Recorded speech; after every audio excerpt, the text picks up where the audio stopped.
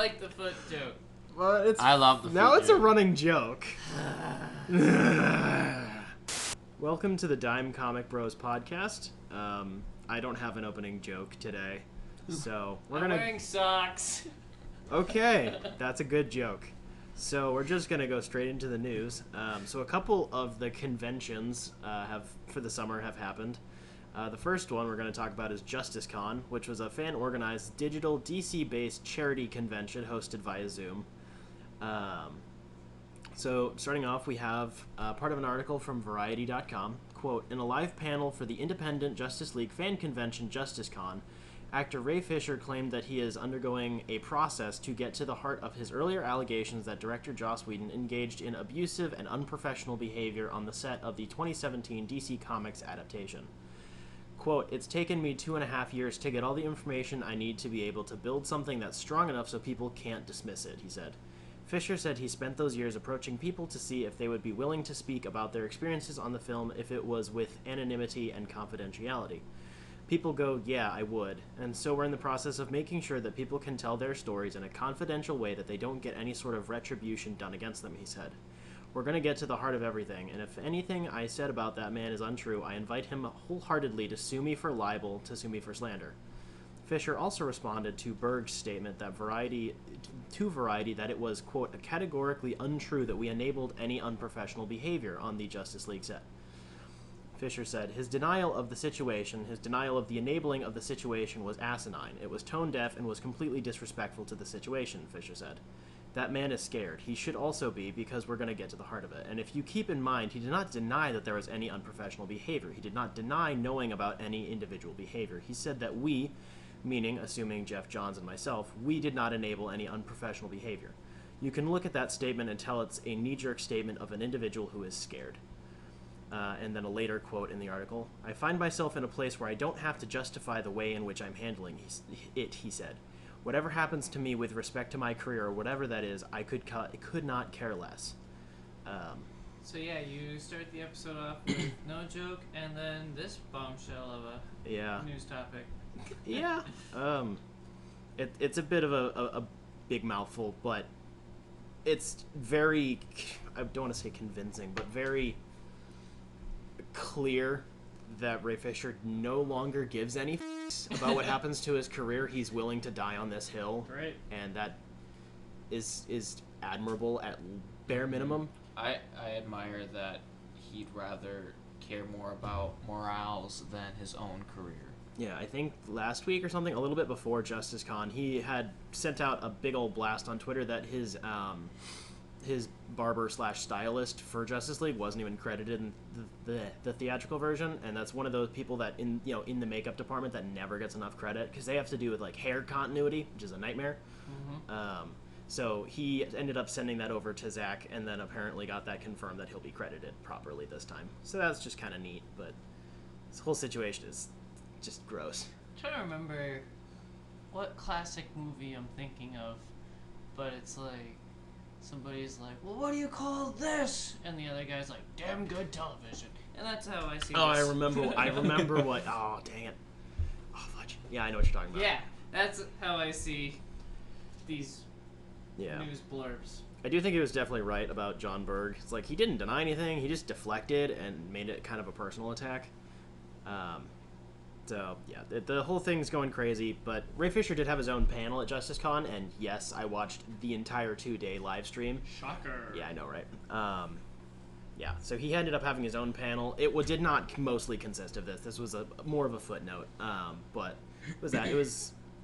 JusticeCon was quite a cool event, just to get my thoughts out there. I ended up sending a DM to one of the organizers, and it got responded to, because it was just 3 fans, and all 3 of them were like, yep, we're gonna make a convention.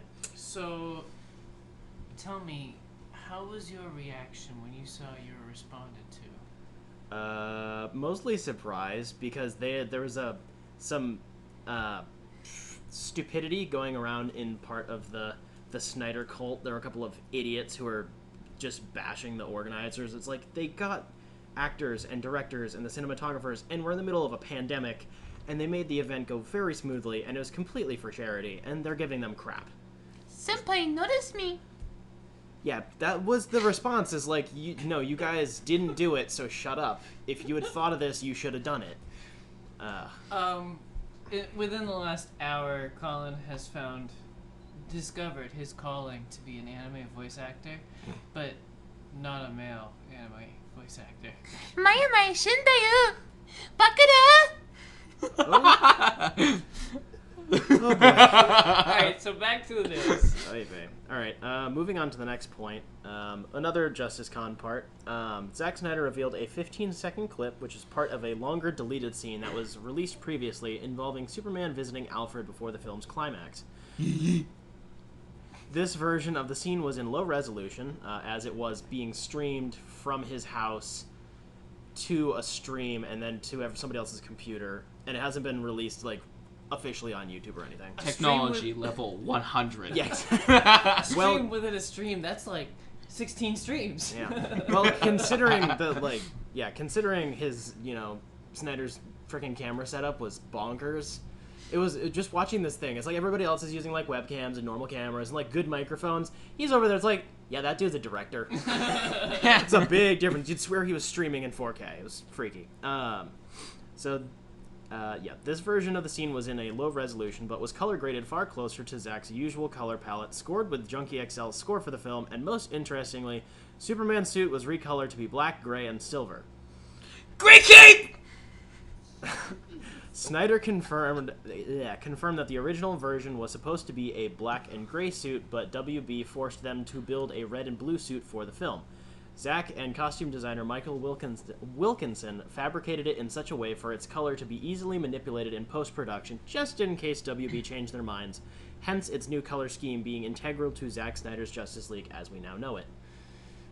I sent out a big text blast when this happened to the two of you. Oh yeah. It was, yep. There was something. It was lost a my big mind. Blast. All over it. Oh boy! The thing about it that I like the most, aside from just the scene and having the original music, which makes it 10 times better, was that the cape is like a charcoal gray, which I wasn't expecting. Gray cape. I mean, usually the black suit we saw in Man of Steel was all black, and usually the black suit in the comics is without a cape. So if you're gonna color swap this one, it's like you'd think it may be like a silver logo with some silver accents, and the cape and the suit would be black, but it's got a lot of gray on it, and it looks really good. Right. It's also not a final color of either the scene or the effect. That was said in the streams. Like, yeah, it's not done, so I'm not uploading it straight to YouTube, and I'm gonna do it through 16 streams. So, what do you guys think about suit? Make happy? Gray cape. I love the gray cape. Gray cape makes me happy. What do you think, Jacob? Sure. I'm not into these fine details. I'm like just ready to watch this freaking thing already. Also, yes. Understandable. Yep. But artist. We've had enough tastes. Alright, next point. Also, during this, Zack revealed new Zack Snyder's Justice League merch representing his affection for the fandom, crediting the wearer as an associate producer with a blank space to letter your name on permanently. Spencer's order was number 15. Spencer, when he gets the shirt. Senpai noticed me. You're dying over there. It's worse than me. Well, see, damn, cover yourself. Was that right? Number 15? It was 18. Okay. Let me finish the point. The first 1,000 will be free at launch at DC Fandom before going live at Ink to the People. So I don't have an order yet because I have to wait until the end of August. The frig? That's a long friggin' wait. Yeah. Well, obviously Warner Brothers is really putting all their eggs in the basket of DC Fandom. So they're just kind of collectively. Fandom. Yeah, it's still a weird name. Dome? Stupid or dome? It's a dome name. Yeah. Dome. It's another cool shirt. It also has a heart at the middle of it, which most people have figured was probably representing Autumn, his daughter. So it's a very wholesome looking shirt. Cool. It's got more details in it, no duh. But the associate producer bit was pretty cool. And then everybody collectively in the fandom changed something on their Twitter to represent that. Myself included. Oh, I love that. And then at the end of Zack Snyder's panel, he confirmed that DC Fandom will host the reveal of a full trailer and announce either the movie or miniseries option. So that's cool. That's August 22nd. It's on my calendar. Shocker. Yeah. Shocker. So, Okay. do you have to buy tickets or whatever Nope, to it's free. get entry to Phantasm? It's free. Dumb. All the streams are free. Stupid or dumb. I don't remember if they're hosting it through YouTube or through their website, but I would prefer YouTube. It's easier. I have a feeling it's their website, to be frank, because they have so many freaking panels going on simultaneously. When is DC Fandom? August 22nd and probably the 23rd and 24th. Is that a Friday night? 'Cause I work. Wait, let me look. I don't remember. 22nd. That's a Saturday night. Perfect. Nice. I can probably pay attention and Yeah, it's like, gonna have a lot of stuff. follow through with my second job, Oof. which is this show, by the way. Yes, sir. Yes, sir. All right. All right. So next convention we had Comic-Con at home. Yeah. Yeah, Comic-Con, which is slowly I dying. have Comic-Con at home more often than you guys do. Oh, I believe it. All right. So the New Mutants had a new trailer in the first 2 minutes released. I saw that. Yeah, it's kind of looks like crap, to be frank. What? No. It's all ADR. Don't like it's tell me. all freaking ADR re-recorded stuff. You can tell it's really obvious. Well, but it looks cool. No, it doesn't. I avoided It looks really corny. I don't want to. It's the first 2 minutes, but it's not looking great. You're a bitch. I'm very interested to watch it. I'm dying to freaking watch this stupid thing. Right. But I hate it. I didn't say I hate it. I said the It first. looks like shit. I'm saying the first 2 minutes look really First crappy. 2 minutes look like shit. Ain't perfect like my Zach daddy. That's what you sound like to me, you bitch. Yeah, I know.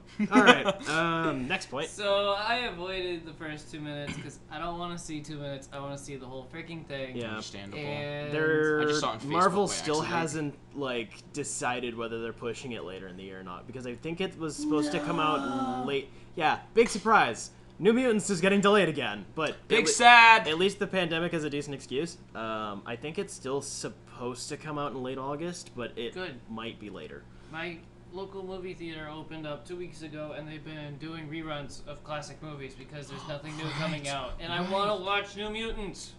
Just I want to see some old a movies. bit of a random note. See, that's what HBO Max has, a big backlog of his old movies. They should just It be would be playing nice like if they- Star Wars. Release their catalog so you know what you're buying into. But... Also true. Oh. I mean, no, literally nobody does that. The Netflix site that I does do. that isn't official. It's just people. It's basically a wiki. I see what you're saying. Just a Oh. kind of random note. But I you wasn't. can at least look up like what's new to this Yeah. Netflix this Yeah. month, and you get a huge list. Yeah. So... I mean, they have press releases from basically all the sites. Yeah, but not HBO. They do. Not Just that I not the saw. really old stuff because it's kind of all there. Like all the MGM stuff is just always there. So next point, Hellstrom's first teaser, official synopsis, and it was confirmed to have 10 episodes. Yay.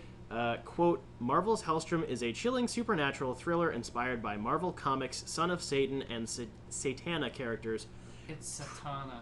No, pretty sure it's not. Satana. Premiering October 16th on Hulu. The new series centers around Damon, I think, is how you pronounce his name, and Anna Hellstrom, Demon. the son and daughter of a mysterious and powerful serial killer, as they track down the worst of humanity, each with their own unique skills and familial baggage. End quote.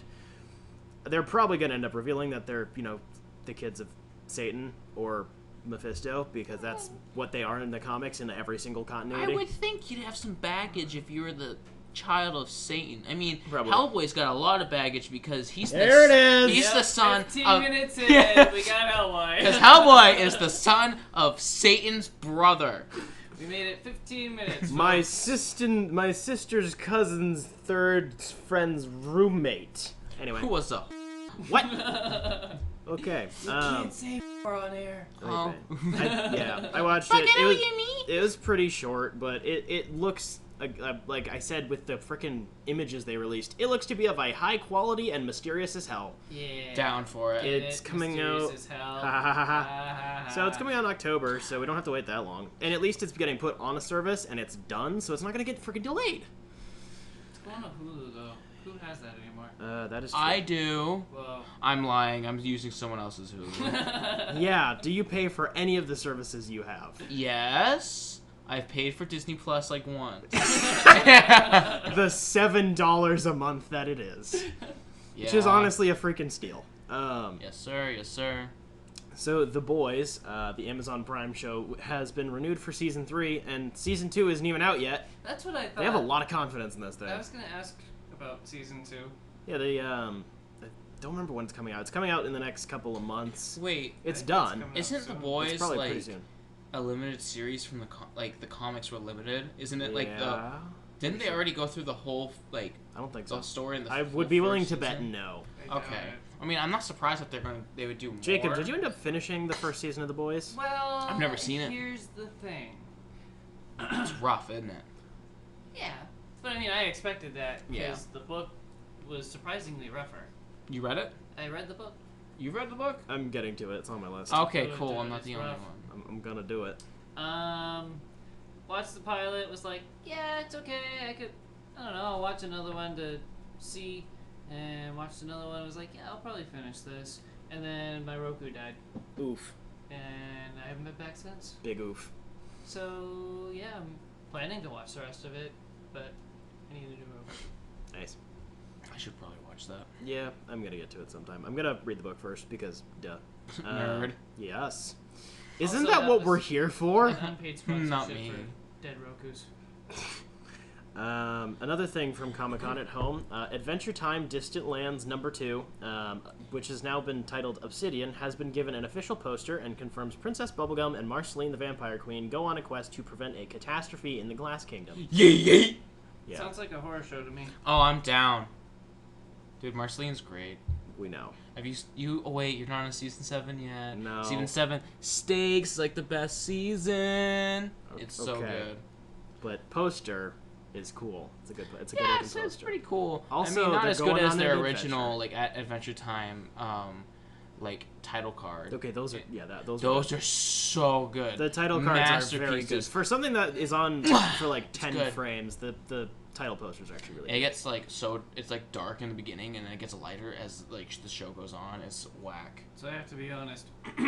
My only history with Adventure Time, because it came out kind of after I was the target Yeah, audience. you were like 15. Yeah, was when I was trolling CartoonNetwork.com and looking for like, what were they called? Back when Flash Cartoon games. Oh, those were great. Oh my I played god. some- TKO was the best thing. That's the one. Yeah. Yeah. Oh, there's a I used to play freaking the Teen Generator Titan Rex game games. too. That was really good. Oh my gosh, I remember that.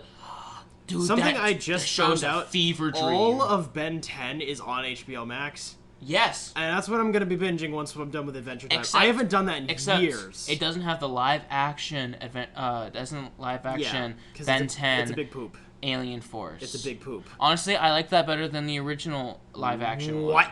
I mean, they're both big poops. Well, yeah, they're both shit, but like, I think shows the are- second one was less shit, like how I think Batman Forever is less shit than Batman and Robin. I mean, yes. Except you just did that backwards, but whatever. You know what? Shut You're your a mouth. little dyslexic. Shut your mouth, little bitch. No.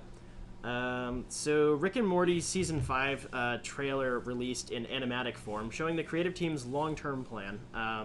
Production is slowly progressing, but voice recording is limited due to the pandemic, as they can't do everything over, like, personal home studios. I mean, for crying out loud, you got 3 idiots here with a microphone. Why can't decently paid actors and actresses plug a microphone? I mean, you into do the realize the entirety of California is basically on, like, full lockdown, because they have, like, all the people. Excuses. I'm pretty All sure here they're is loosening excuses. stuff up. I mean, with that. slowly, but they're Like, still a lot. easily the one that's the Also, most why tight would right you live now. in California?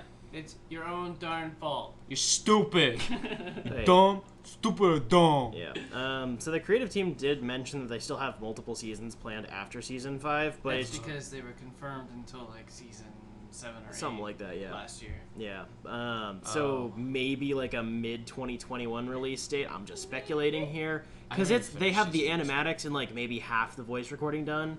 So they could probably pull off like the Foley and audio effects, but they still can't finish animating it Don't they unless have they're like in only studio. 5 voice actors? I don't remember honestly. It is a pretty small group. It's definitely Well, small. Yeah. But they're Except still- for like the But also, occasional like like guests. the point of that show is that there's a lot of ad-libbing. Yeah. So I bet You could they're do that. waiting to animate They have the to- mouths right, they until can't- they have the audio. Right, and they can't do you. It's really hard Yeah. to do ad lib when you're not in the same booth. Like, Toy Story, with like all the weird chemistry that movie has, they were all recorded separately. Nobody ever interacted with each other. Right. But something like Rick and Morty, they do record in like one big booth with separate mics, so they have to interact with each other, and that's not exactly a safe option for a crew that size. They can do a lot of it with just like I don't know his name, but the guy that voices Rick and Morty.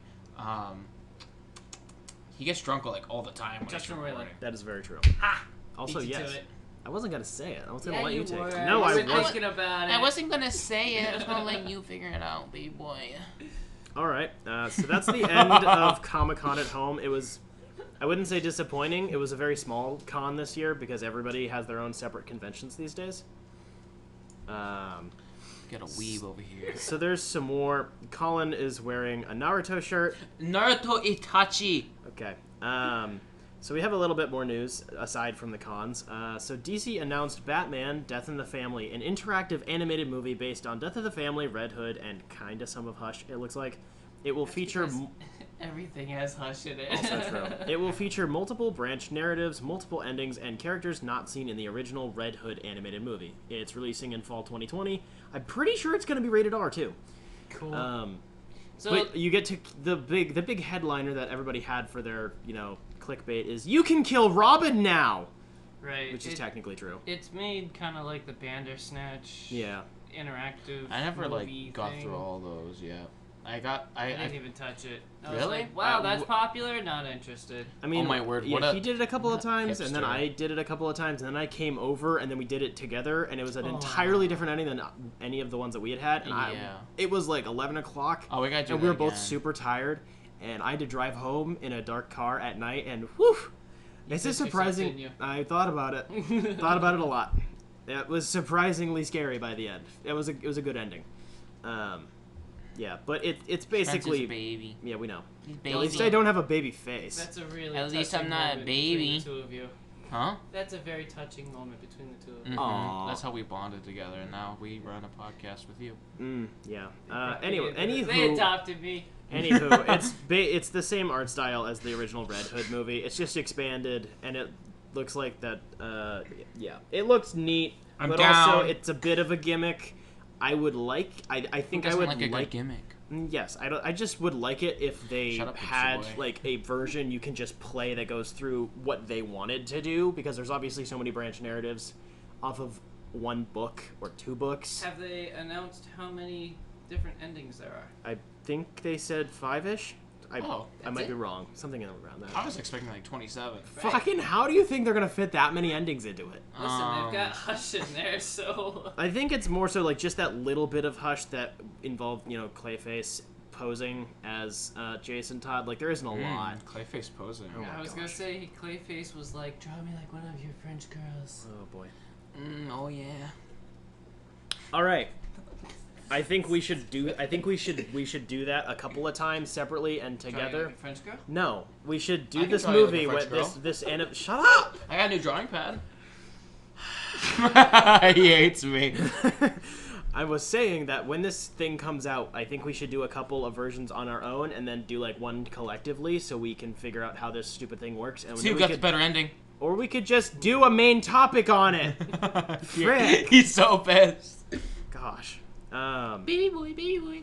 Yeah, something that was actually kind of surprising that Jacob sent over before I realized it was a thing. Marvel Comics has canceled the ongoing comic book series Ghost Rider after 7 issues. Series writer Ed Brisson announced the cancellation on Twitter. Quote, "As many have assumed, Ghost Rider number 7 was the last issue of the series," Brisson tweets. "I loved writing it, had a hell of a time telling Danny and Johnny's stories and introducing the spirit of corruption." Get it? Hell of a time. Ha ha ha, punny. Ah. I think the H was actually capitalized in his tweet too. As far as their continued adventures, that will continue elsewhere in the Marvel Universe. I should have done this sooner, but I wanted to also thank Aaron Kudor, Juan Fajeri, and Jason Keith, which are the artists on the series. The writer continued referring to the principal artist of the series. I am reading off my own notes and I'm stupid. The book would have been nothing without them. The Ghost Rider title was solicited through issue number 9 prior to the onset of the pandemic. Once comics distribution resumed after a pandemic-influenced shutdown, Ghost Rider number 7, which was originally intended to go on sale April 8th, was released on July 8th. This new series, I haven't been following by, reading it, but I've been following the headlines, and it looks really freaking sweet. and it's really sad that this stuff is getting canceled because it's Ghost Rider. It's always going to be popular to some extent, at least with like weirdos. So it's canceled. Yeah. Why? One would assume because of low sales. It's always low sales. Oh, If they allow the creator to say anything aside from we had creative differences, it's probably just low sales, which stinks. I mean, Ghost Rider's always had semi-low sales, but it's always been like one of the more cult characters. Yeah. Still stinks. Also, I just found where that quote is from. Yeah. About good television. Oh. You're gonna stab yourself in the eye as soon as I say it. Yeah, probably. Batman Begins. There you go. Oh. Yeah, you're a goof. I'm just kind of sad because the first trade paperback of this series came out, and the second one is gonna be just number 6, 7, and then the tie-in issues with the current Marvel event, which looks to be pretty shit, to be frank. It's gonna be a baby comic. It just looks like crap. So Yup. the trade's gonna be really small, and that's Yup. annoying. May as well have just waited and then released it in one trade, because 7 issues Feel is my pain about Moon Knight. No. They did that to Moon Knight. No. Moon Knight always gets canceled after a short run. No. I'm talking about how it's in like a small trade paperback instead of like a little omnibus of itself. Yeah, well, they gotta freaking have people that would buy them. I will buy them. Are you gonna cover the freaking production cost of reprinting? Maybe. No. That's like $10,000. Hey, when I get big, I'm gonna do it. So continue eating. I have that. And last bit of news, which dropped today, or last night technically, Rocksteady Studios, developers of the Batman Arkham game series, released a teaser image / announcement of their next game, which will be based on the Suicide Squad. It is unknown if it will take place in the Arkhamverse. More details are coming at DC Fandom. I hope it's not. I hope it's not. Why? I don't want Arkhamverse. I don't want that universe touched. I don't want it touched anymore. Why? Because it's just like I already enjoy it, and what if they make a mistake, and what if they make me feel like, wow, I kind of like this thing that I like less now. I guess that's you fair, just like but it less because of the last game. probably. I actually liked Arkham Knight. I did too. I didn't like Arkham Origins, really. Bro. Oh. Bro. I didn't really like it that much. Bro. You're a bitch! I'm right, you're wrong! Okay. A weird note about this that I was following, because there have been leaks and rumors about a Suicide Squad game in the Arkhamverse or by one of the developers for years now. It kind of sounds like the studio WB Montreal that did Arkham Origins had been developing this game for like 3 or 4 years, and then they dropped production like last year or whatever, and then Rocksteady picked it up. It's mostly, that's just rumors, but it would be interesting if they had either changed like what universe it was in, or they like are just going to be reusing some assets and some base concepts or whatever. But the cool thing, I thought, the picture itself is pretty cool because it's got a Superman in a very different outfit that's textured as hell. Superman. You can tell because he has the freaking Superman lock hanging over his face. Just that little curl of hair. He's got a freaking cape, and then it just has the Suicide Squad wrapped around like a target on his head. It's like, that's cool. It's simple as hell, but I thought it was a decent announcement. It's just plastered all over their social media now. Meh. I'm excited. Yes. It'll be good. Probably. It'll be better than Marvel's Avengers. That is probably true. The thing's looking to be like a solid 6 out of 10. I'm thinking 4 out of 10. Black Widow Farquaad. Dude, she just looks like Lord Farquaad. But Marvel's Avengers Captain America looks nice and thick. Thick. Meaning- Tell me how many meaning- C's. 3 C's, meaning 2 of those are the armor plating he's wearing. Like, it looks Yeah. like a lot of armor on that dude. Yeah, Like 5 Kevlar vests. like 5 C's thick. Okay. America's So, ass. Colin, what have you been reading? We're gonna go around in circles with each thing so we don't bore each other to death. Alright. Well, I just recently Also, read a it's lot, actually. Bruh. gonna be a game every week to see who lasts the longest. Oh, Okay. okay. That sounds gay. It won't be me. Anyway, so I did finally finish Moon Knight Volume 1 from the Dad. Thank you very much. Colin read something. Shut the f*** up. Hey, he was prepared for this week's main topic because we watched it together. I am About prepared 10 for minutes next ago. week's topic, too. Yes, you are. I lent you those books. You know what? Shut up.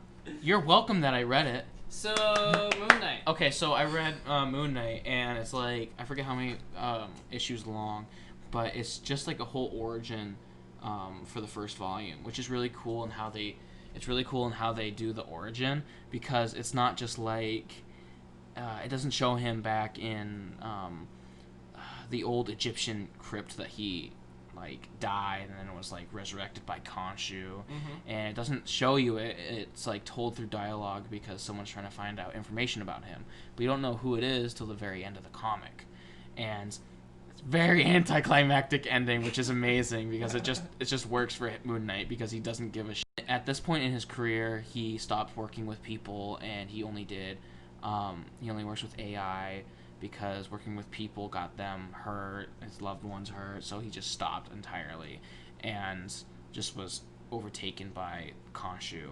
And it just showed how he like really needed Khonshu because he got beat up by ghost punks.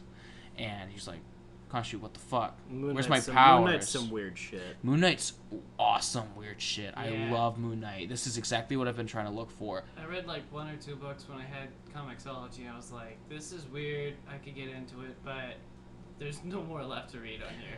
Yeah, right after It doesn't get any coverage anywhere. Nope. Right after I read Except Volume here. 1.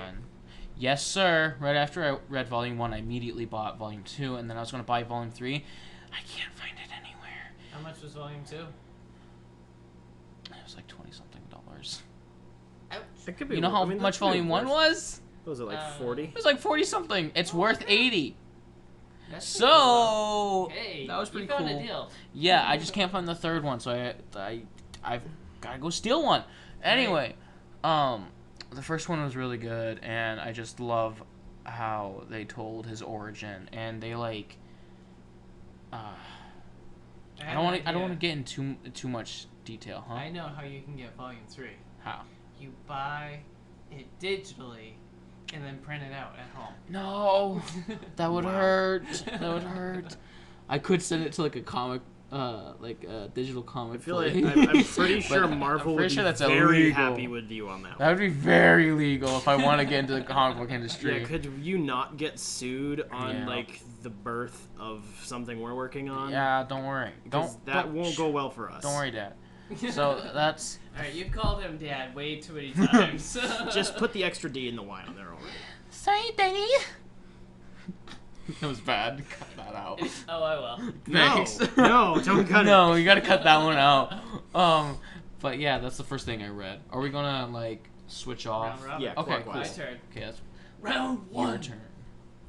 I wasn't expecting Colin to do so many anime girl impersonations this episode. Me neither. I had a huge joke written out. You can see it here. Wow. That's a big Yeah. paragraph. Those are So- a lot of words.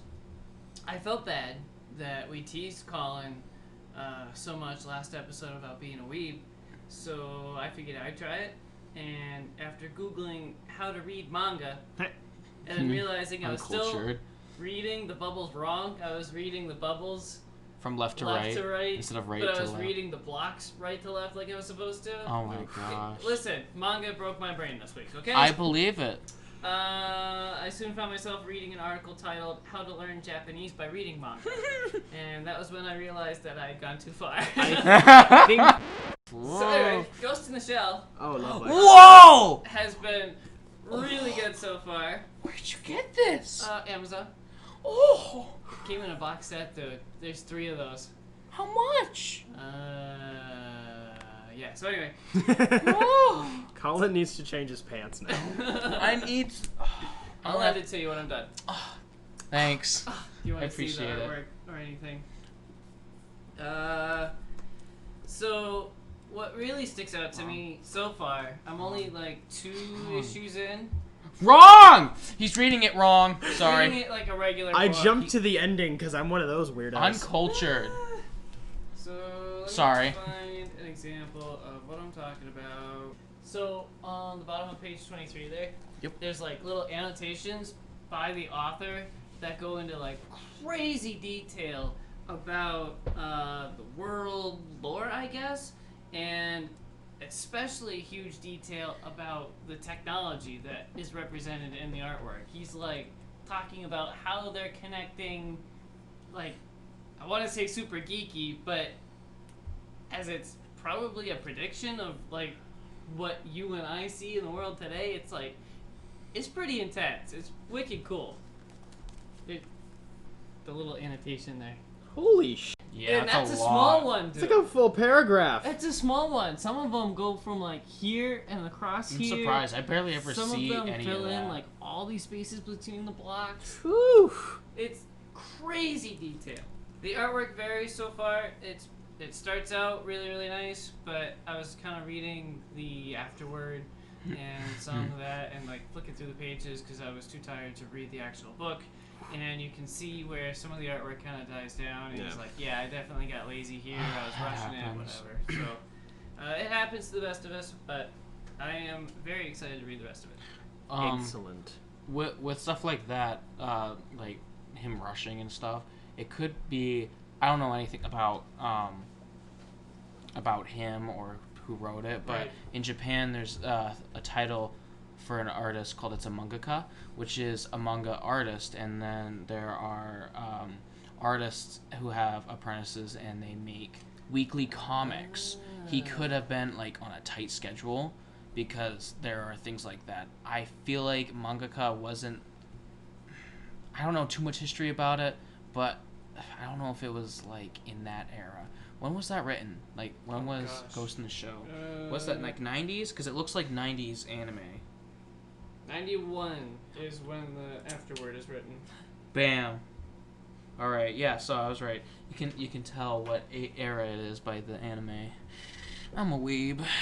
Yeah, it's a little scary. Not really. I grew up with anime. It's just I never really got into it. Everybody till grows my up with a teen. little bit of it. Exactly. It's just if you want to like accept it or not. He looks like super small. Like, Very small. that's one bad shot. Oh, in, so like, I don't know, that it's can be just- explained. That's lesser of I didn't have time, but more of like a part of anime where they like, because anime Intentionally make it look like shit. no, and that's got pretentious. it. Anime has Another this. annotation. Oof, that's a big block. Dude, I'm telling you, there's so much attention to detail. So anime has this thing to do with like they're so centered by. Same page. That's a lot. That's scary. They're centered around comedy. Like if you watch any anime, there's always comedy, no okay. matter what. Even if it's like horror and freaky as hell, Right. there's going to be comedy, and that could be one, or it could be laziness. That's I think right. it's the comedy part. All right. So, at the end of book 2, I think I found this very helpful page. It's called the SFX index.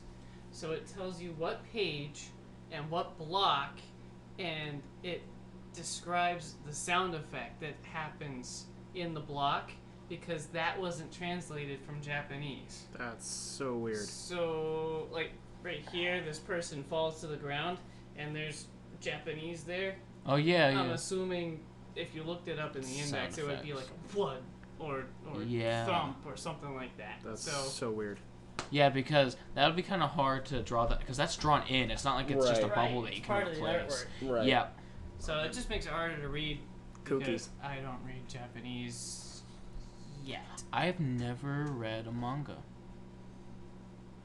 I just know a lot about it, but I've watched a lot of anime. Weeb.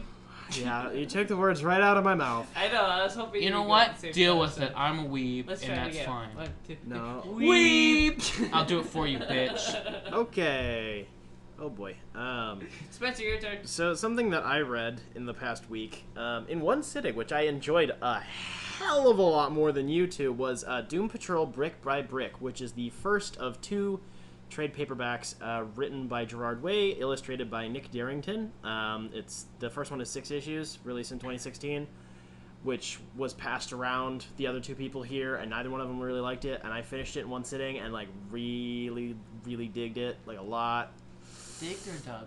Yes. Dig Okay. Dug. So That was a good freaking video game. I missed Yeah, Dig Dug. That was I a good loved one. that one. That was fun. growing up. Um, Also, when you say one sitting, does that mean that you were on the throne? no, I was actually technically it wasn't a sitting. It was a standing session. I was at work. I was at work, but it was freaking 6:30 in the morning, and I had to wake myself up. So I read a comic for 45 minutes And while taking care of the stuff I had to take care of. My boss knows about it, so we're good. But I really enjoyed the artwork. It's freaking ridiculously colorful, but it doesn't, at least for me, it's not overwhelmingly colorful. Oh, I do like some of the artwork. I wouldn't say it felt anime-inspired in any way, but there's something in there that's very... cartoony. Well, Gerard Way did like anime. Not like huge, but obviously influenced in some way. There's a little bit in there, which I enjoyed. That's the type of anime influence I enjoy. It's like the way that they move, for the most part, is very not realistic at all. Yeah, it reminded me of 90s anime. Kind of, yeah. Yep. And I really liked the tone, as it seems like basically all of Doom Patrol, except for like really cool. Yeah, Robot Man didn't say f*** as much as I was hoping for, to be frank. Yeah, I was kind of annoyed with that. But now that I've read a bit of the source material, I can really see what they're doing with the show in a much different light. Currently, Comixology has the entirety of Grant Morrison's Doom Patrol run, which is like 70 issues for free right now.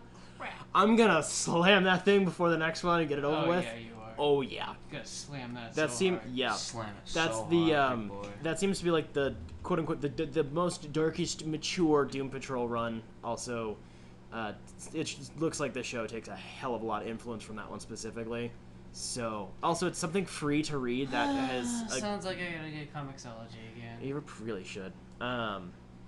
I only buy comics. I hate reading them online. I really do, but it's so much. It just with the like sense the of feeling it of is the a paper. convenience. Right. It's I much prefer the books. I've always been a book purist, but with the pandemic making shipping funny, and I really prefer buying stuff in store, but it's so much cheaper on Amazon. I really want to support my local store, but if they don't have it, it is in there. Doom Patrol. Not all of it, and not in the collected editions I want to buy. Oh, okay. And you can order stuff through them. It just takes a while because shipping's weird right now. And also, I don't have $300 to get the freaking omnibuses for this, which I want to get an omnibus. Omnibuses are so nice. They're so nice. Just depends on which run. They look so much better on the shelf too. Yeah, they do. But I really enjoyed it. It was, with you guys saying it was super janky and hard to read in the beginning, it was. The first issue and a half was really difficult. But once I got a bearing of what was going on and how all the plots were going to converge, it was really fun. And the story was wholesome. Like, it seems like Doom Patrol's goal is basically to be like the most wholesome and weird as hell stuff on the planet. I got so bored of that comic. I can't remember like a thing that happens that except for like, what is it, like a weird squid cat looking thing that's like hanging around. The main character's a new main character. Yeah, it was new to that run. Yeah. Yeah. You know, I didn't like that character Danny at the all. Street became an ambulance. It was really weird, and I loved it. Okay, at that point in the comic, I remember that now. That was so funny. I loved that. Just the whole, like, the world. I'm like, what the hell am I reading? I particularly liked the random intercuts. Like, if they're doing, like, travel or time travel or whatever, there's, like, a random intercut of some other planet or another dimension, and there's just, like, random things doing random stupid shit. It's like these... I think one of them was like a parent-teacher conference, but with aliens in another dimension. It's just weird context. It's so batshit crazy. But yeah, that I enjoyed a lot. I'm buying the second trade paperback, which is the other half of it. I think I'm buying that tonight, so that'll be coming in the mail in like a week. Nice. I really liked it. So Colin, Colin, you're up. Okay. Round 2. So, what else have I read? Why are you I started asking us? reading. I'm talking out loud to myself. Anyway, I started reading Batman: Dark Victory. Ooh. Which takes place right after Batman: A Long Halloween. Ooh. And I haven't gotten too far, but I am very much happy. I am very happy. Very much happy. Happiness all the time. Very much happy with what's going on in the comic. It's showing how Gotham is becoming, how it was run by mobsters and now are being run by super mobsters. Now the mobsters are all dead. Yeah, and the mobsters just like pretty much die. They're slowly dying out, and so far I've gone like I think 10 pages in, so I can't say too much. Oh, it also shows the like almost decaying relationship between Batman and Commissioner Gordon, because Harvey Dent like became Two-Face in the last comic, and he was like a part of their trio, and then not having him kind of like set them off balance a little bit, so they're having some hardship with that. But so I made a mistake when I read Dark Victory because it had been like at least a year since I'd read Long Halloween, so I barely remembered it, and I was lost in Dark Victory, and it's also a bit slower than Long Halloween. Which is saying I read Long Halloween. It's really slow. Yeah, but I read that in one sitting. Yeah. I read the Long Halloween in one sitting, and I read that recently this year, like around right before the pandemic. That was like the last comic I bought before the pandemic. Nice. And that's a good one to have on the shelf. And so I read that, and also I think I read it in black and white. Oh, the noir versions. Noir version. Did you buy it like that? I think so. Ooh. Those are some of them are really good and some of them are horrible. It's kind of cool, but like Dark Victory was a piss poor noir because you need the colors. So much you need black. the colors and like I love there Cowan, are man. clues left at crime scenes that I you couldn't can't tell. see Yeah, you can't tell because what's it was going on. all blacked out, and I'm like, what's going on? Yeah. So I gotta reread it. It is sad that sometimes when DC reprints stuff in different versions, they're like, we're just gonna slap a new filter on it, or we're gonna just saturate all of it entirely instead of actually going in individually and doing it. And the last It's thing, I did read 3 comics that we're going to discuss in the next episode. That is correct. All right, so I'll leave you it get up one to freebie. What have you been reading? What else you got, boy? All right. Controversial topic is what it looks like. Yeah. Oh boy. Uh-oh. So let me recap before we get into it. I read Batman White Knight. Oh yeah. Oh, here we go. So big boy in the house. everybody's freaking out right now because Did you finish it? we had a spat on the group text because in chapter 2? I think they were released as issues, but I think when in the collected, they're referred to as chapters. I think. So whatever. Yeah. Part 2, there was an initial, like, I would argue most of it. 90% of chapter 2 is It's a very the politics villain's heavy. motivations, and I did not appreciate how long it went, but it was essential to the story to set up the motivations of all the characters. And so the rest of the book turned out to be really, really good. Oh, there we go. See? Thank God. I was going to beat him. I know. I was going to get really sad. And that's why when I texted, does this book get good? I only wanted a yes. Yes, of course, yes. Dummy. So, I definitely think this needs to be a topic we do fairly soon. But I'll need to reread now it. I want overall thoughts because we have nearly the same Colin and I have like nearly the same thought process on Pretty this. much. I do want to hear a little bit about this because spelled you rice on texted me your when you were like comic. in the middle of it. Right. So what do you want thoughts on specifically? I don't know. What parts about it did you like? Like a brief overview. What stuff did you like about it? In my notes, I really loved all the Batmobiles shown at the end. That's good. I really That liked kind of all bothered me a those. bit. I always get bothered if there's like all these Batmobiles that are like referencing other like movies or stuff. I get so Colin annoyed doesn't because like of fan continuity. service. I think he I took get it annoyed because literally. of continuity. I'm Which like, is funny because he doesn't usually take things literally. I usually don't. But It was you a know what? really good wrap. I liked how the story arc was finished completely. It's a very except big status quo change. for the very annoying cliffhanger in the last frame. That was bugged me. annoying. Yeah. If you cut out that last one, it's a very like complete book. Exactly. That's And then there's also like in my notes. yeah, there's I like liked one that panel. There were some really big happenings. Yeah. Like where the villain comes from. I almost texted you guys. I was like, "Who the frig is this?" And they Yeah. explain it completely. Yeah. They're like, It's a very "Here's much what so happened," it's a and meta completely commentary book. rewind. Yeah. It's pretty I'm cool. gonna drop some spoilers here. So Alfred dies. Oof, that was a bit that honestly hurt. Like Yeah. that was full dad sacrifice right there. I don't remember that. I didn't remember He, it either. Batman was dying and then like basically barely crawled into the cave. Alfred was on life support because he's getting old and dying. And then he just Bruce passes out and he just like rips off his IV and shoves it into Bruce and freaking dies on his lap. Yep.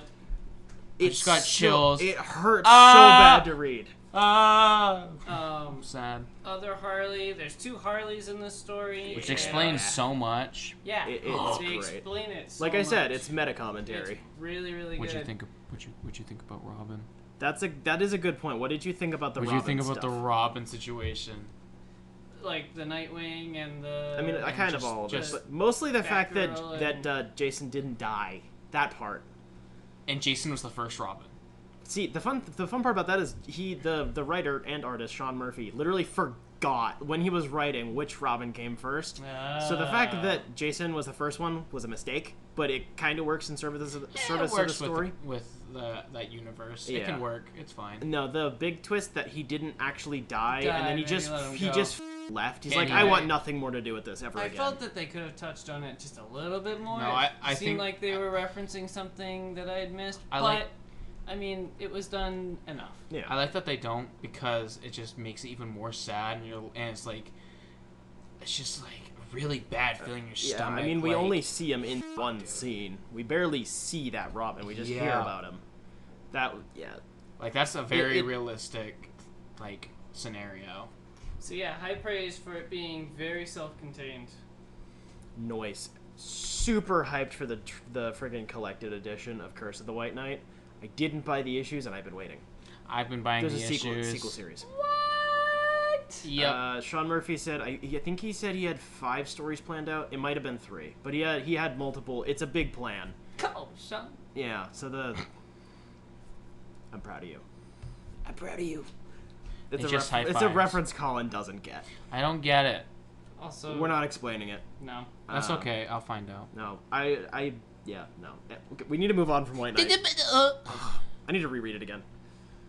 Okay, the last thing that I read. I know, I only read a few frickin' things this time. Thank God. Shut up. Also, I get a free token because I read next week's True. required reading. I read. So did I. The fact that I read those was the thing that sparked off all of that, so I get all the credit. Pretentious. Yes.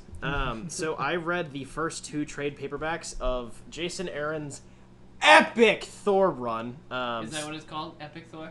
No, like it's an actual epic in terms. It's Shut up. Because I mean, they have Mighty Thor, so I was like, oh, No, is this so- a new run? no, Epic Thor? no, Because I would buy that. Spider-Man. No, the first one, Thor: God of Thunder. So it's the first 11 issues. It's 10 issues with Thor, and then there's one in the middle that is a villain-centric one. I love villain-centric issues. It's published in 2012 and 2013. Written by Jason Aaron and illustrated by Isad Ribic, or however the hell you say his name. Holy shit, the art's gorgeous. I've read it like 10 times, but every time I read it, I swear, I linger so long. The art is just, oh. Is that the one with the God Killer? Yes, it is. Yeah, it's a very original story premise. Yep.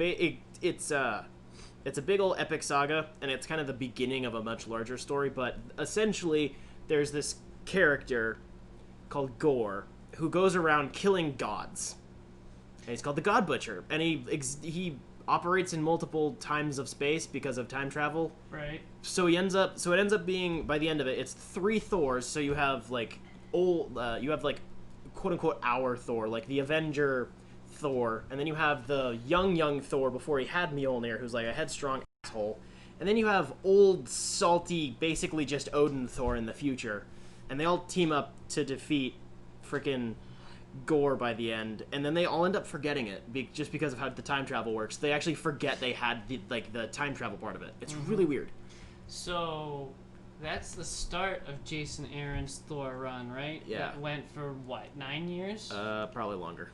Okay, went 2012, like 8 years. Yeah, 8 it years? just finished up for right. Damn. So I over pretty like much 8 different series. read that whole 8-year run in the 2 weeks that I was forced to quarantine. Nice. It was an I remember I had to amazing get you a freaking list on how to read the thing. and I was reading that like a roadmap, dude. Yeah. Like, It's a bit... Once you kind of get the big picture, it's not super complicated, but when you know nothing, it looks really freaking scary. right. Yeah, so it's just the first 2 trades. I was going to read the first 4 trades, which is the entirety of the Thor God of Thunder line, but didn't have enough time, so I just read the first 11. But the art is gorgeous. The inking is really nice. It's painterly type colors. I don't know if it was digitally painted or if it's just really, really well colored to look like it was painted. But the premise of like having somebody so powerful that he makes gods like keep the look of like being scared out of their minds when they die.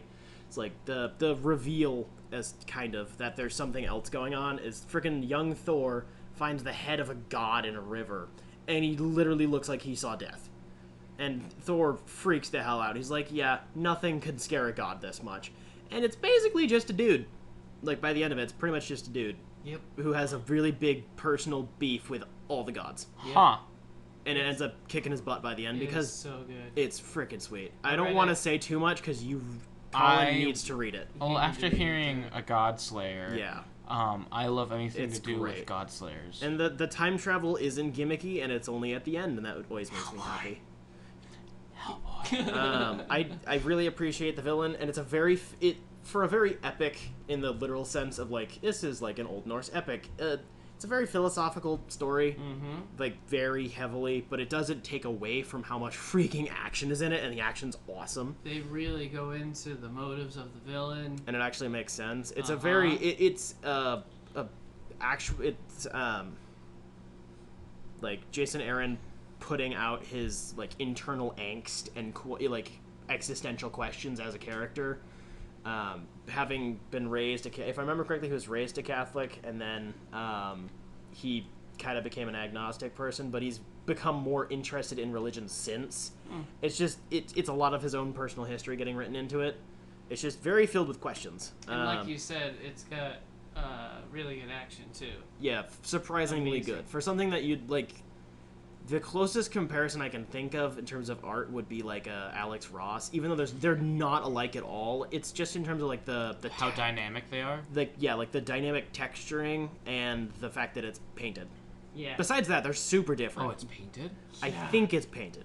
It looks like you're. At least it looks like it. in an art museum. Yeah. It looks like a mural on the wall. Yeah. It's more like it's a mural and then they inked on top of it, so the ink stands out like crazy. It's so good. Understandable. I honestly cannot compare the art to anything else. At least that I've seen. All you had to say was God Slayer, and I'm down. I want to Arkham read Asylum this. had a painted look to it too, but that Kind one was of. different. Very, Still need to read that was that. a very different type of paint because it was a multimedia. It wasn't just paint. It was paint Right. and ink and pencil and pictures. But Yeah. That one will scare the piss out of you, dude. yeah, you really do need to finish it. I You have my old copy. You need to read it. I will. I read that one in one sitting. It's a good easy one. You shouldn't break that book up. Okay, but I also read the script of the whole book at the end of the Yeah. actual book. The book itself is like big, but the script is thick. Yeah.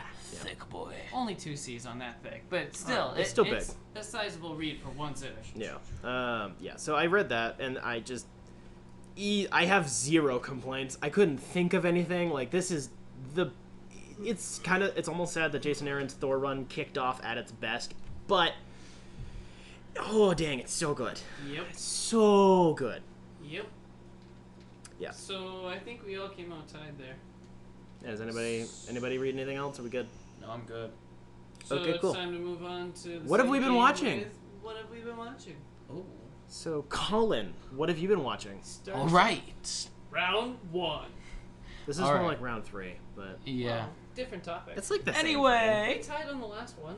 So the stuff that I've been watching an anime on Hulu called Cowboy Bebop. thing. Oh. It's an oldie. It's an old classic. How old? 90s.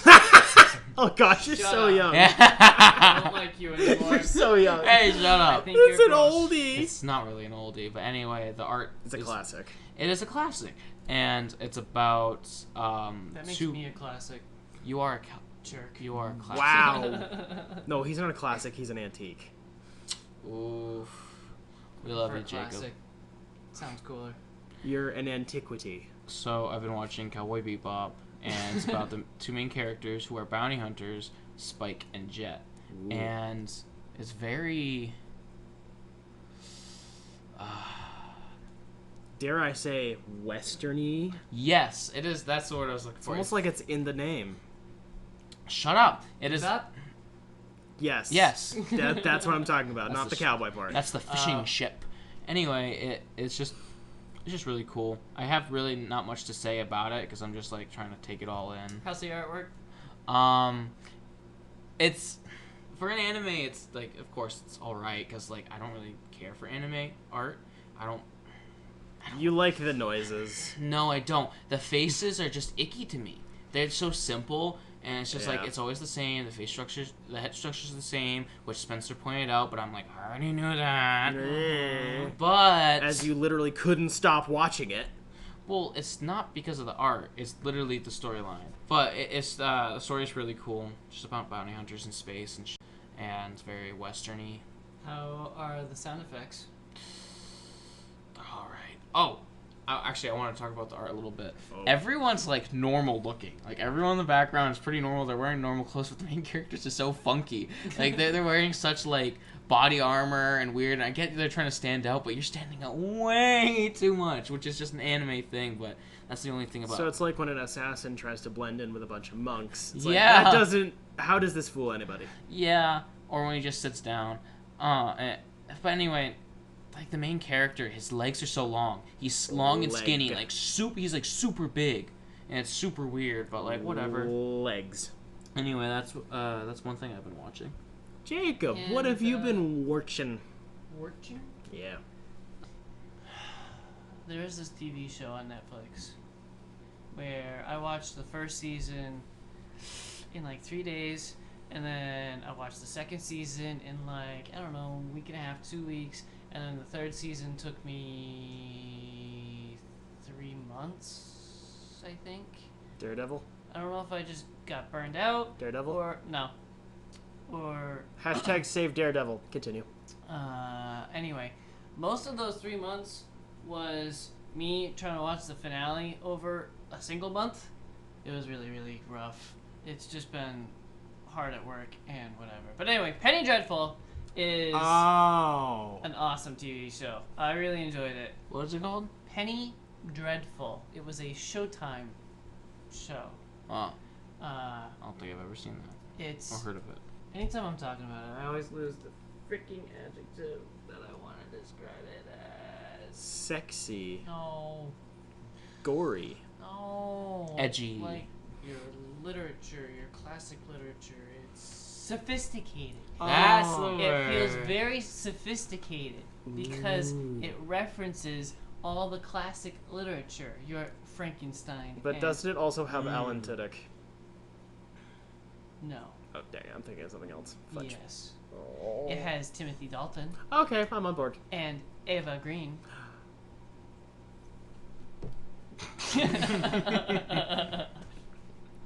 That's okay. I'll just copy and paste your. Okay, I'm on board to that point too. It has Timothy Dalton Okay, I'm on board. and Ava Green. Okay, I'm on board. There is a lot of adult content in it. It is not a kids show. by That's why any Ava Green stretch. is there. Actually,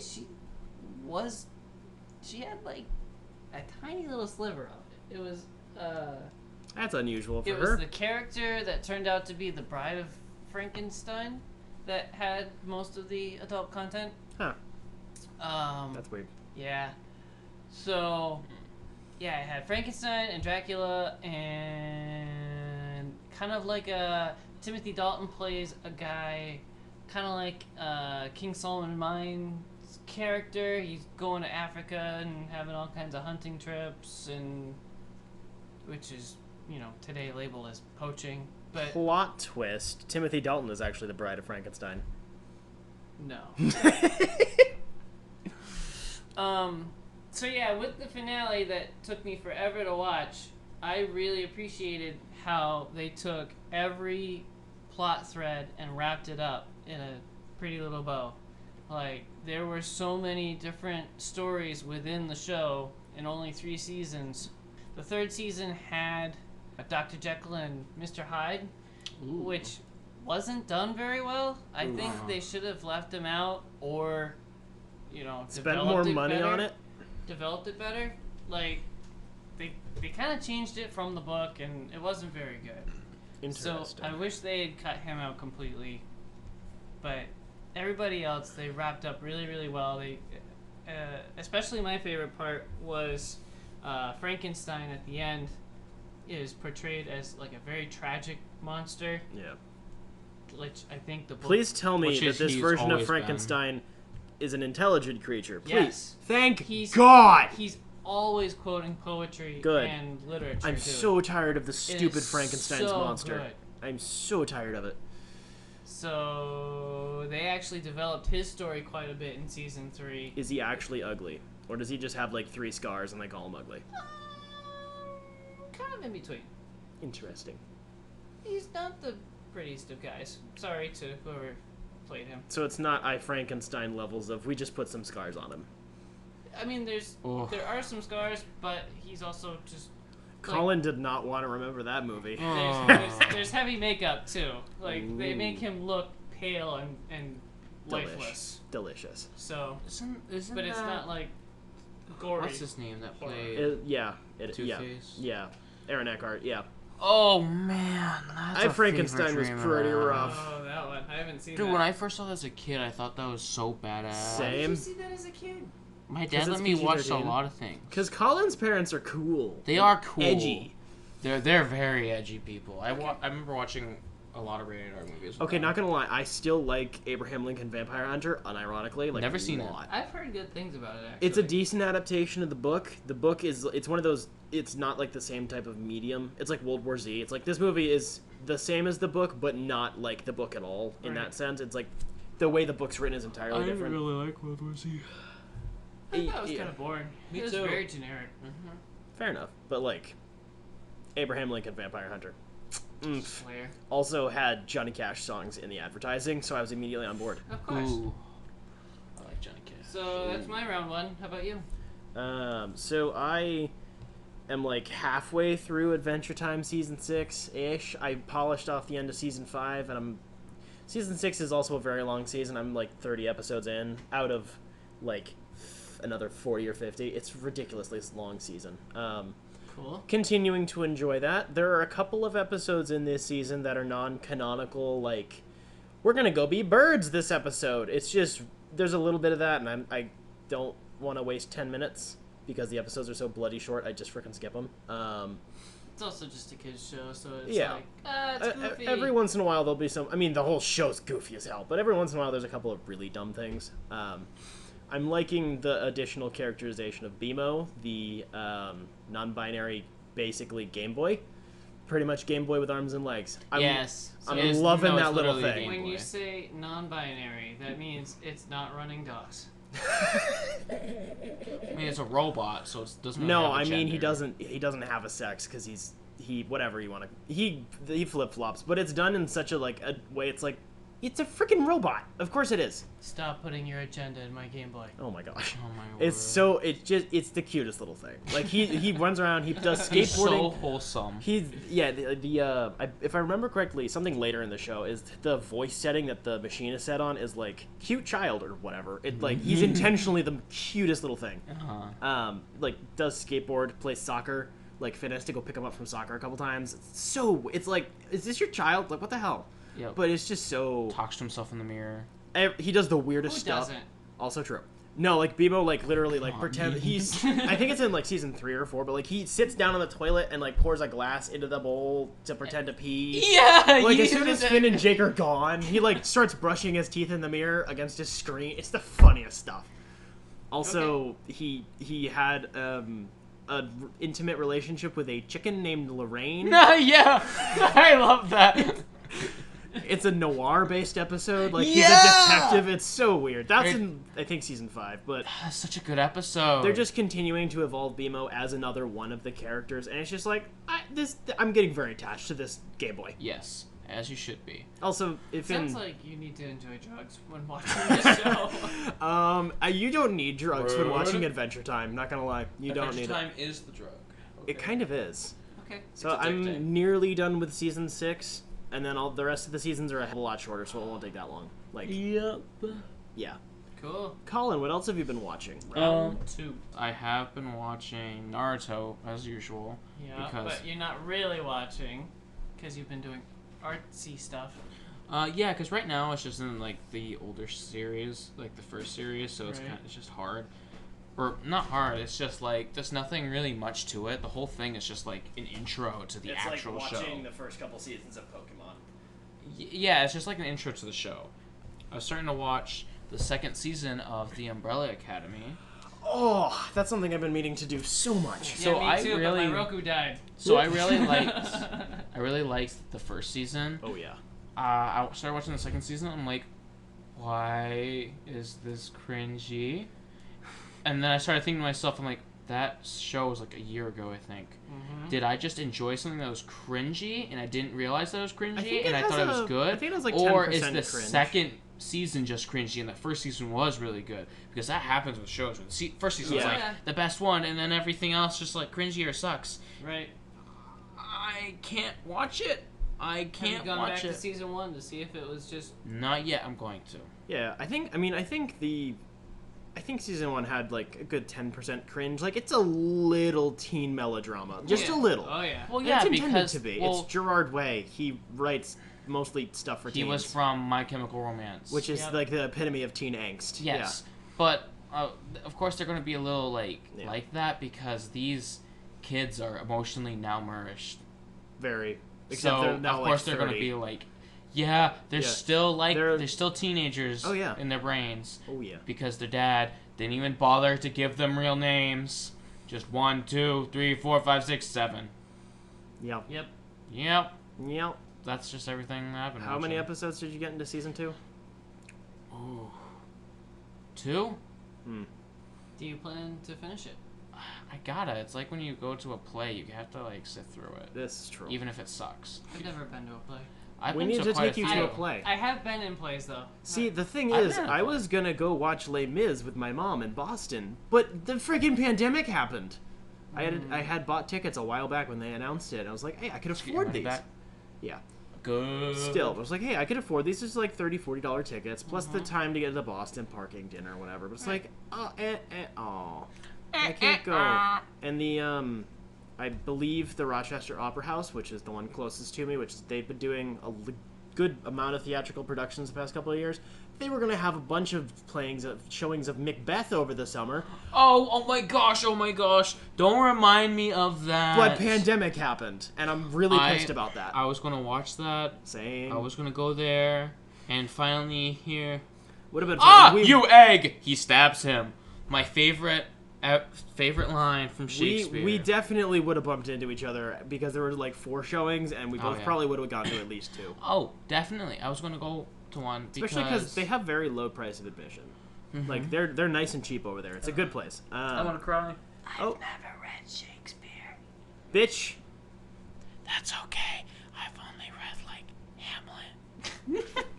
Macbeth is the best one. I haven't read Macbeth, but I've read Hamlet 8 times to prove a point. Okay. And what's that point? I can't remember. I was in high school. You mean last year? No, it was like junior year or something. So 2 years ago. Shut up.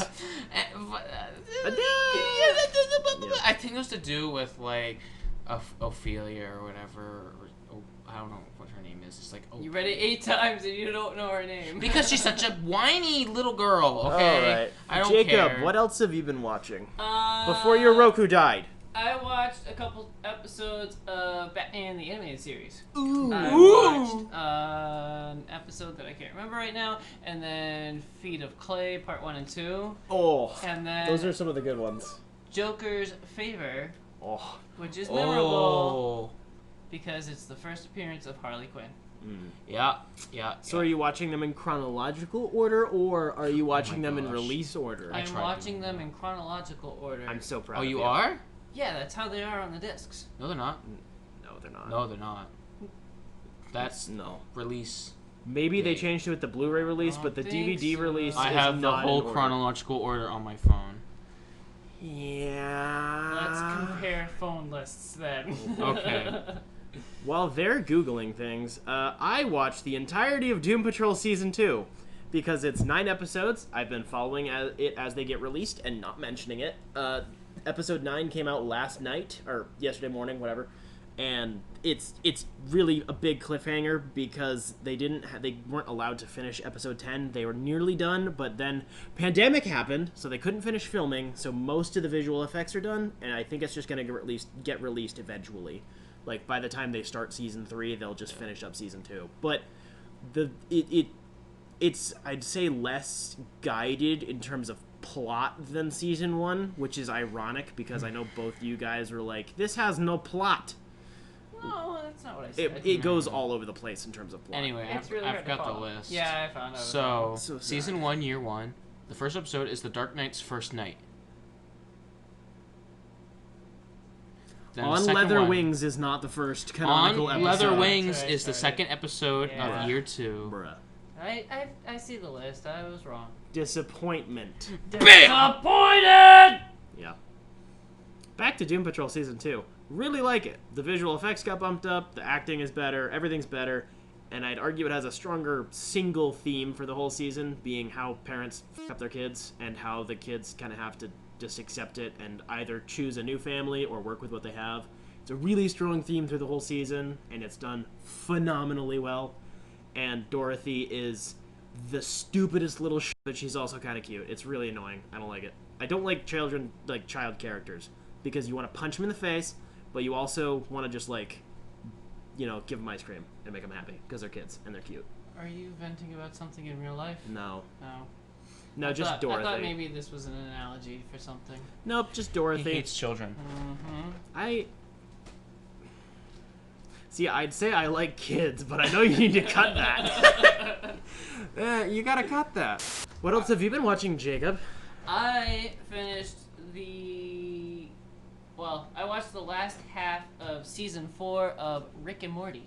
Ooh. So, I don't know if it's been a while since I've seen Rick and Morty, or it's possible that it got funnier, because the last half of season 4 was pretty freaking funny. Really? Yeah. Huh. Damn. It's like the most consecutive episodes that I'm like, that was really good. I feel satisfied.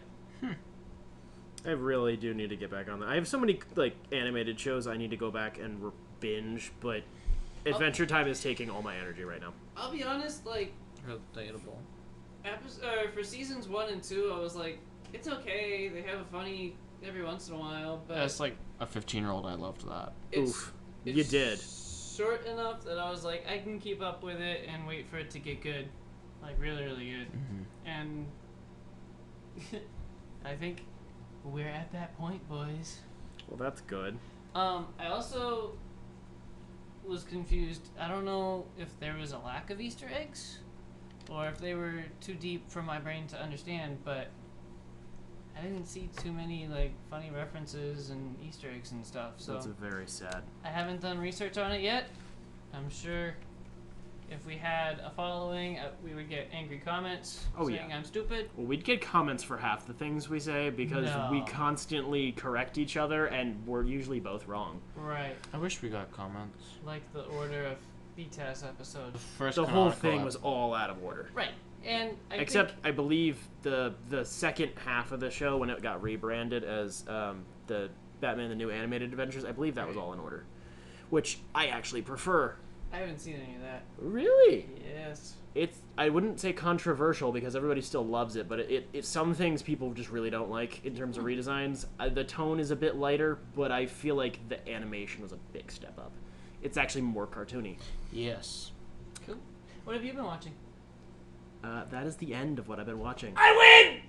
I very nearly watched I very nearly watched Old Guard today. It was either Old Guard or the recently released HBO Max exclusive movie American Pickle from Seth Rogen, which I really wanted to watch, and then I debated it for so long that I didn't have enough time. I just went, I have enough time to go poop. I'm good. So, yeah, you win.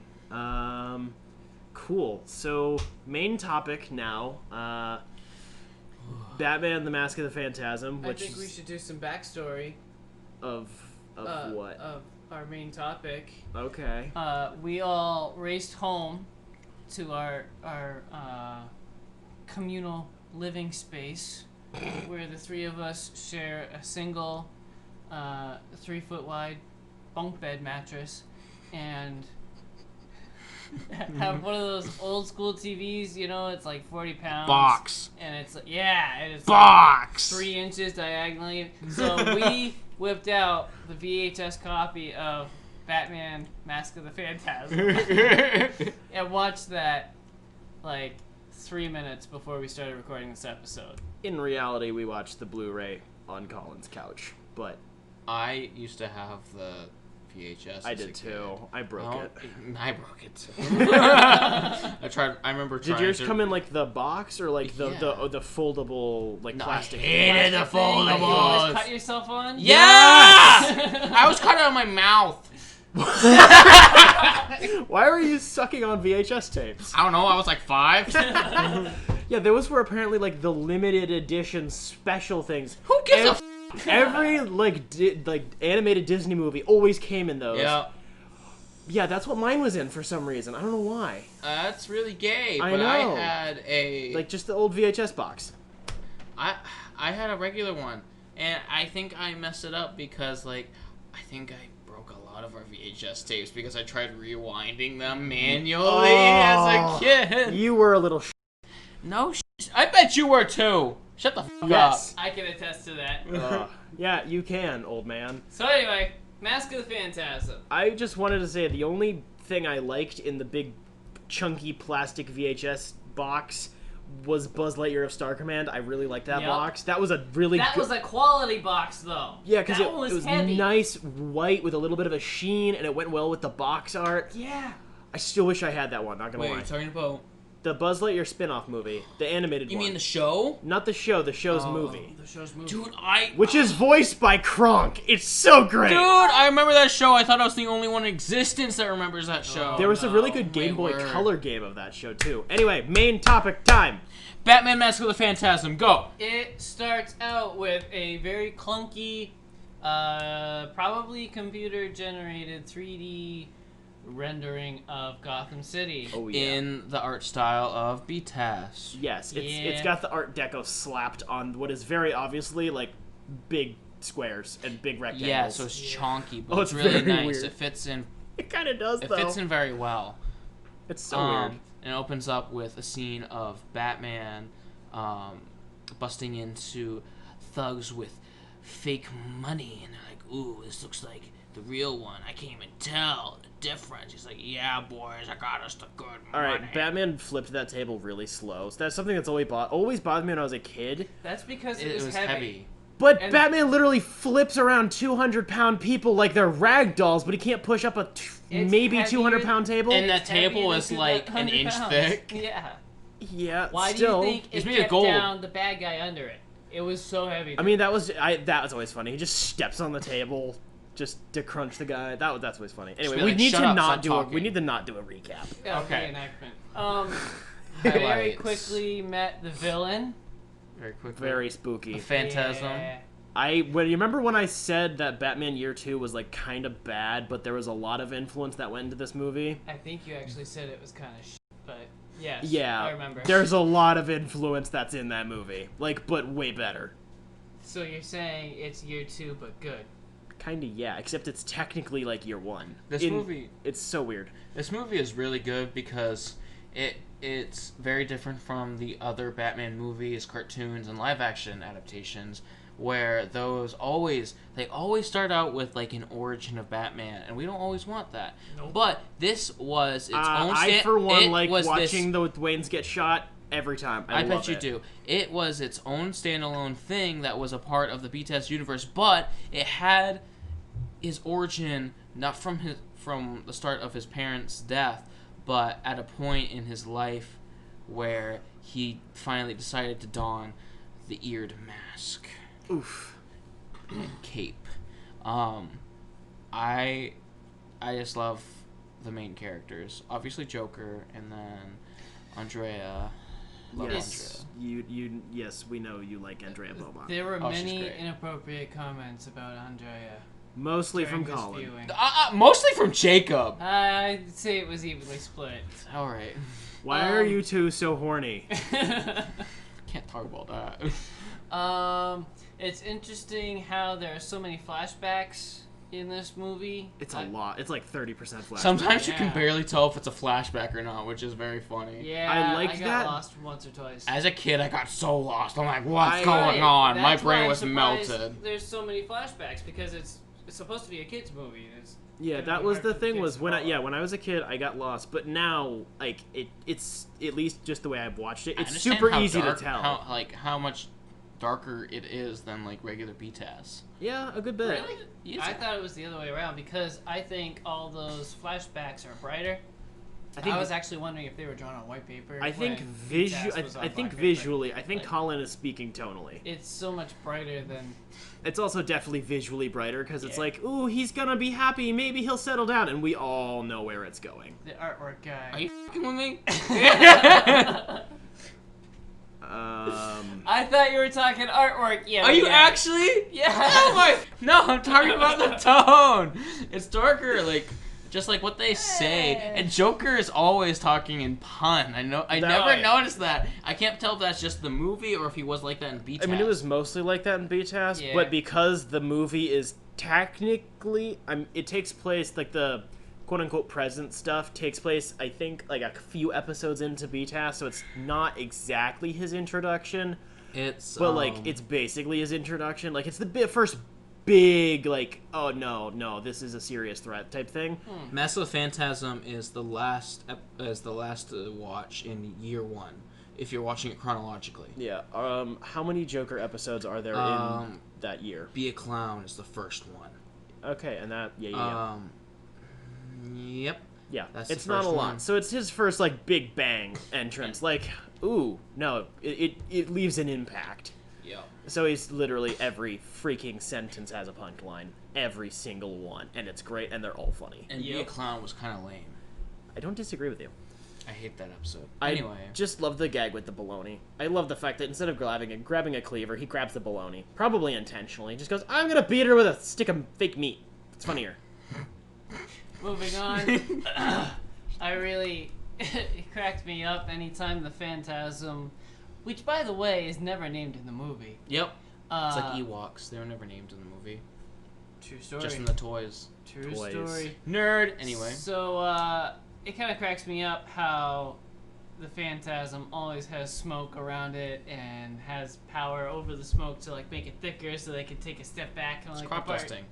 the Homer Simpson meme where he steps into the bushes. Oh, like, yeah. it's like It's very heightened reality. yeah, it's very impractical. But also very theatrical. Yes. And Batman is nothing without his theatrics. This is true. Yeah. The entire idea of Batman is, I must strike fear in them instead of just beating the crap out of them. So, you know. You can tell why he's like, ooh, I like this chick. She's got a She's slicey hand and smoke. And she's hot. Yeah. You know, you could definitely see why he's into that. Also, Dead air. That's great. also, like 5 minutes into the film, when we first saw the Phantasm with their first victim, I inserted the "Was I a good meme?" and cracked everybody up because they look kind of similar. Yeah, a little bit. It is based off of most likely based off of a The character Reaper. from year 2, which was the Reaper, Yep. which is definitely supposed to be the Grim Reaper. Right. It's also similar face, skull, cloak deal, and slicey hands, just very different color palette, and also not. But we have music in pop culture telling us not to fear the Reaper. So Baby, take my hand. I know the whole song because I'm depressed. Colin More has no cowbell! idea what we're talking about. Colin needs to get cultured. We'll culture him later. All right. Well, we cultured him today with Mask of the Phantasm. This is true. I've seen that. You be quiet. seen him more than once. Anywho's, Any other thoughts on? Joker's funny as Oh yeah, this is like one of the only I was Jokers giggling who's the funny. whole time. Yeah. That's what I loved I about was laughing at BTS. jokes that you guys weren't even laughing at. I was dying. I mean, I'm also dying, but you know. Anything else about that? I like the fact that the whole thing, for such a short runtime, is a very romance-focused thing. And you can say that it's obviously very over the top and a bit sappy and corny, because it's supposed to be something makes kids me can so follow. sad. Andre, you did not have to... She didn't have to leave. He would have taken her. Our sad boy would have taken her. It's very much so a sad boy cries in the rain about his ex-girlfriend movie, but it's great. But she could have been his wife. Alright. Dude. I think that's the most, at least I was for kind of me. surprised that they included that scene where they did it. Like, it's heavily implied, but they definitely did it. Oh, well, yeah. Oh, well, definitely. I'm like, wow, this is a kid's movie. Mm-hmm. Yeah. Yeah. That three That's- adults are watching. Yeah. But also watched as kids. And Right. definitely didn't pick up on that, because we were more confused by the intercutting of timelines. Oh, wow, they're kissing. Yeah, pretty much. Also, that We all kiss near the definitely did end that. Definitely had tongue. Yeah, there were a couple of them that I think her voice was way too loud. Like, in comparison, it was like, and then you don't hear Bruce at all. It's like, she's That's really because he's stoic. He's enjoying the moment. Okay, as someone who is a pretty stoic kisser, I can still hear myself over her. No. Prove Right it. Prove it to me. No. It just, you hear it, and she's just like, It's just, that just bugs me. Like, I Yeah, she's kind of so cringe loud. a They little always bit. do that in cartoons. Imagine Yeah. all the They always anime where do they're the- like, Yeah, it's just the really just- loud kissing, and then the leg goes up in the back. It's like, this, it's intentional, but it's just a little So annoying. that reminds me of something. I was talking to somebody today who is quite a bit older than I am. So, your dad? No. My dad. No? my dad. Nobody you guys know! Oh. He said that when he was our age, he would go home from work with his buddy, his roommate, and they would both get stoned. And they started out watching Dragon Ball Z, like poking fun at it because it was so corny and whatever. By the But then time that they were done, they loved after it. the first season of watching it, they would go home, get stoned, and be like, "All right, now what's gonna happen today?" But he was saying, I don't understand how those voice actors can keep it together while they're making those sounds like, like Yeah. Going Saiyan, Super Saiyan. Yeah, how do you do that? being And a not professional laugh? voice actor. Being epic. Yeah. So you're saying we're not professional voice actors? No, we're not.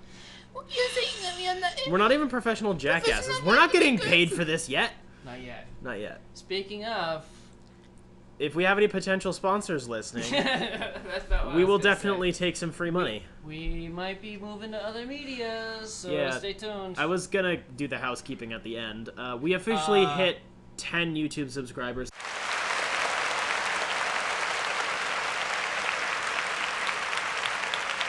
At least one of those is me, but And probably still. me too. Yeah, but still, Not we me. hit a milestone. It's the tiniest little thing, but it's something. So thanks to every single one of those freaking subscribers, because we probably know all of you personally. Yep. Thanks. Thanks, Mom. Yeah, so we did that. So we are available on YouTube and SoundCloud. SoundCloud, we've been having some technical difficulties, so excuse us if it's not entirely up to date as of when you listen. We, as Jacob said, will potentially be expanding sometime in the near future, next few weeks, maybe. We're figuring No out promises. we're figuring out some stuff behind the scenes. I might have to work some overtime for this. Yeah, so that was cool. We hit 10. That's just like, oh yay, 10. Oh yay, 10. You know, It's a whatever. big number. For us, yes. I can't even count that high, dude. Alright, so socials? Yeah, Where can people find us? we are available for social media following, for, you know, seeing when we post stuff and weird pictures and things. On Instagram, Facebook, and Twitter, at dimecomicbros or dimecomicbros podcast. And you can email us if you are old or less technologically savvy or just have some questions you want us to discuss. You can email us at dimecomicbros@gmail.com. We do read them because currently we have no emails. So if there's one in there, we're reading it. That's not true. We had a notification email from Twitter. No. I went to kind of a sketchy website. Oh. Trying to download some like kids manga that would teach me Japanese, and they wanted an email, and I wouldn't give them my personal one, so I gave them our company. Oh, thanks for that. Now I'm gonna get lots of spam emails that I have to delete. And it's gonna be already like, have. So if we get hacked, it's your fault. Yeah. Yep. Anybody else have any thoughts? Nah, Phantasm was just a great movie, and I loved reliving my childhood. Yeah. I'm pretty excited for next episode. Very. Shall we? Should we disclose? Oh, definitely. I believe we should. Cool. So we're going to be discussing Batman Noel, Batman Damned, and Joker, which is part of a possibly soon to be completed mini universe, which is part of DC Black Label, which is all illustrated by Lieber Mayhew, and some of it's written by Brian Azzarello, and some of it by Lieber Mayhew himself. So we're going to be talking about those 3 books next podcast, and we've actually all read them recently, so we're prepared. Colin. Shut the fuck up. That's probably a good note to end it on. Yay. Just end it with cursing.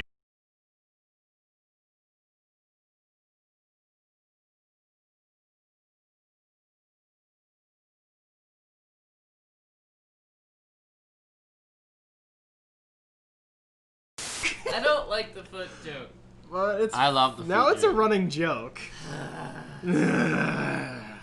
You're just scared it makes you horny. No, I don't have a foot fetish. Oh my gosh. Ree's sister and Don't wanna cousin know. think I have Don't a foot wanna know. fetish. Yeah, that was a weird story. All right. Cool story, bro. Alright, 3, 2, 1. Uh-huh. The artwork. Spencer's a child. I just pointed out the titties. Boobies.